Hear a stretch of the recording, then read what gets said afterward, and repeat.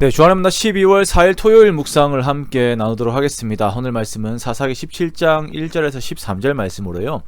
미가의 우상이라고 하는 제목으로 함께 묵상을 나누도록 하겠습니다.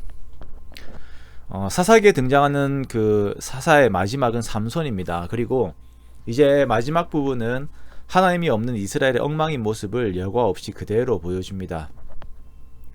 지금까지는 하나님께서 개입을 하셨어요. 현인하신 예수님이 등장을 하시고 사사들을 세우시면서 하나님께서 여전히 그들의 왕이 되시고 그들의 사사가 되심을 어필하였습니다. 그러나 이스라엘은 여전히 하나님을 거부하였고 하나님의 왕이 되심을 인정하지 않으면서 자기의 소견에 옳은 대로 행하였습니다. 그리고 하나님께서는 이제 이들을 그대로 내버려 두십니다. 로마서 1장 26절의 말씀처럼 하나님께서 그냥 내버려 두신 것입니다. 자기의 소견에 옳은 대로 행하는 삶이 이들에게 얼마나 참혹한 결과를 가져다 주는 것인지 역으로 또한 하나님의 은혜를 생각하게 하는 그러한 대목입니다. 에브라임 지파에 미가라고 하는 청년이 있습니다. 이 청년이 어머니의 돈 은 1,100을 훔칩니다. 이 금액은 블레셋 사람들이 들릴라에게 제시한 큰 돈이죠. 돈을 잃어버린 미가의 어머니가 아들이 훔친 것을 모르고 도적질한 자를 저주하자 그 저주가 자신에게 임할 것을 두려워한 미가는 어머니에게 그것을 돌려줍니다. 그 은이 내게 있나이다. 내가 그것을 가졌나이다. 라고 이야기를 하죠. 그러자 그의 어머니가 그의 아들을 축복해요. 여호와께 복받기를 원하노라 라고 말하면서 그의 아들이 돌려준 돈으로 아들을 위하여 한 신상을 새기고 한 신상을 부어 만듭니다. 그리고 그렇게 그 은을 여호와께 거룩하게 드린다 라고 말하죠. 미가는 그것을 가지고 에봇과 드라빔을 만듭니다. 하나님의 자녀들이 그들의 삶에서 가장 기준으로 삼는 계명은 10계명입니다.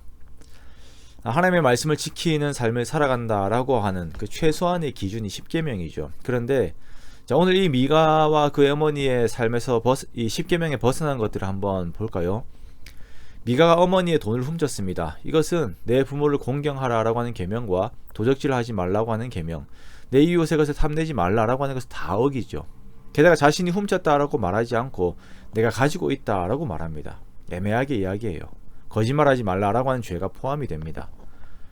그러자 미가의 어머니는 이 일을 두고 아들이 하나님께 복을 받기 원한다라고 말합니다. 하나님의 이름을 망령되이 일컫지 말라라고 하는 계명이 어겨집니다. 그리고 이것을 가지고 이 모자는 우상을 만듭니다. 우상을 만들지 말라라고 하는 계명 역시 쉽게 어겨져 버립니다. 미가라고 하는 사람의 한 가정에서 일어나는 기준이 없는 삶은 비단 미가의 가정뿐만 아니라 이스라엘 전체의 모습이 이러하였다라는 것이에요. 6절 말씀에 그때에는 이스라엘의 왕이 없었으므로 사람마다 자기 소견에 옳은 대로 행하였더라 라고 말씀하십니다. 이스라엘이 이렇게 율법을 염두하지 않은 삶을 살고 있는 것입니다.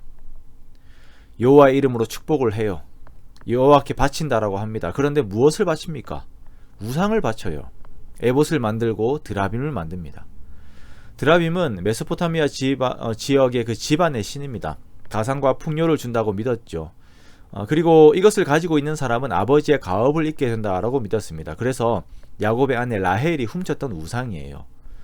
또한 이것으로 점을 쳤습니다. 에봇은 하나님의 뜻을 물을 때 썼던 제사장의 의복이에요.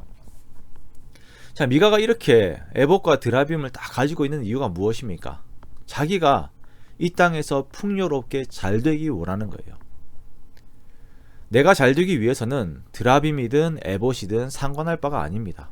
하나님이든 우상이든 내가 잘 되면 되는 것이에요. 이에 더해서 미가는 자신의 집에 신당을 만들어 놓습니다. 하나님께서 금지하신 것이죠. 예배는 실로에 있는 성막에 가서 드려야 하는데 자신의 집에 신당을 만들어 놓고 산당을 만들어 놓고 미가의 아들 중 한 명을 제사장으로 삼아요. 제사장은 레위인 중에서 세워져야 하고 제사장이 세워질 때에는 흠이 없는 아론의 자손들 중에서 세워져야 합니다. 그러나 자기 마음대로 신앙생활을 하고 있어요. 기준이 없어요. 정말 자기 소견에 옳은 대로 막 살고 있습니다. 여기에 또 한 사건이 더해지는데요. 마침 유다지파 사람들과 함께하고 있던 한 레위인이 미가의 집으로 이르게 됩니다. 에브라임 지파의 그 동네로 오게 돼요. 미가가 마침 잘 되었다라고 생각을 합니다. 그러면서 이 청년을 자신의 집에 개인적인 제사장으로 세우는 거예요. 자기 아들이 제사장이 되는 것이 찜찜했는데 마침 잘 되었다 싶은 것이죠. 그래서 미가는 또 제사장의 위임식을 하고 이 청년을 자기 집의 제사장으로 세웁니다. 그리고 선언합니다. 이제 레위인이 내 제사장이 되었으니 이제 여호와께서 내게 복 주실 줄을 아노라. 정말 자기 마음대로 살고 있는 것입니다.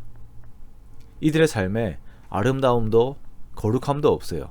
다른 사람들이 보았을 때 하던 마음에 하나님 앞에 영적으로 감동이 되는 그런 것들도 없습니다. 그냥 욕심으로 가득하여 하나님 위에 있으려고 하는 그 교만하지만 미련하고 어리석은 사람들의 모습들만 보이는 것입니다. 삶의 기준이 자기 자신에게 있고 자신이 유익을 얻는 것을 위해서라면 모든 것을 다 정당화해서 마구 저질러버리는 미가라고 하는 한 인간을 보게 됩니다. 하나님을 경외하고 말씀 앞에 자신을 삼가고 하나님의 마음을 헤아리는 그런 모습들은 없어요. 말씀이 없는 시대입니다. 자기 소견이 법이었어요. 자기 소견대로 행하면 삶이 자기의 원대로 이루어질 것이다 라고 생각하고 착각하는 것, 그러면서 하나님도 자기 아래에 두려고 하는 것, 이러한 미가의 삶은 앞으로 벌어질 비극의 초석을 마련하게 됩니다. 오늘의 말씀을 보면서 우리들의 삶을 조심스럽게 살펴보게 됩니다. 내 삶의 기준이 하나님의 말씀에 순종하려는 애씀으로 가득한가, 아니면 내 소견을 위해 말씀과 신앙생활을 이용하는가, 정말 조심스럽게 우리 자신의 삶들을 돌아보게 됩니다. 이것이 정말 종이 한 장 차이예요. 순간 생각이 틀어지게 되면 그 순서가 뒤집히게 되어서 내 소견을 이루기 위하여 하나님을 이용하고 말씀을 이용하고 그 안에서 거짓된 안도감을 가지려 하는 경우들이 많이 있다는 것입니다. 우리가 복을 얻는 방법이 무엇입니까? 신명기 6장의 말씀, 이는 곧 너희의 하나님 여호와께서 너희에게 가르치시라고 명하신 명령과 규례와 법도라. 너희가 건너가서 차지할 땅에서 행할 것이니 곧 너와 내 아들과 내 손자들이 평생에 내 하나님 여호와를 경외하며 내가 너희에게 명한 그 모든 규례와 명령을 지키게 하기 위한 것이며 또 내 날을 장구하게 하기 위한 것이라. 이스라엘아 듣고 삼가 그것을 행하라. 그리하면 내가 복을 받고 내 조상들의 하나님 여호와께서 내게 허락하심 같이 젖과 꿀이 흐르는 땅에서 내가 크게 번성하리라. 이스라엘아 들으라. 우리 하나님 여호와는 오직 유일한 여호와시니 너는 마음을 다하고 뜻을 다하고 힘을 다하여 내 하나님 여호와를 사랑하라. 우리가 진심으로 하나님을 사랑하며 그의 계명을 지키는 것, 이것이 우리가 복을 받는 참된 비결입니다. 유일한 비결이에요. 그러므로 더욱 하나님을 사랑하는 우리가 되기 원합니다. 하나님을 사랑함으로 정말 하나님의 계명을 주의 깊게 주의를 기울여서 지켜나아가는 우리 자신들이 되기 원합니다. 나의 소견이 아닌 오직 하나님의 말씀에 귀를 기울이며 주께서 주시는 복으로 감사하고 주께서 주시는 그 복으로 기뻐하는 우리가 되기 원합니다. 그리하여 주님 안에서 참된 안도함을 가지고 주님 안에서 평안하며 주님 안에서 충족하게 되는 저와 여러분의 복된 삶이 되시기를 주님의 이름으로 축원합니다.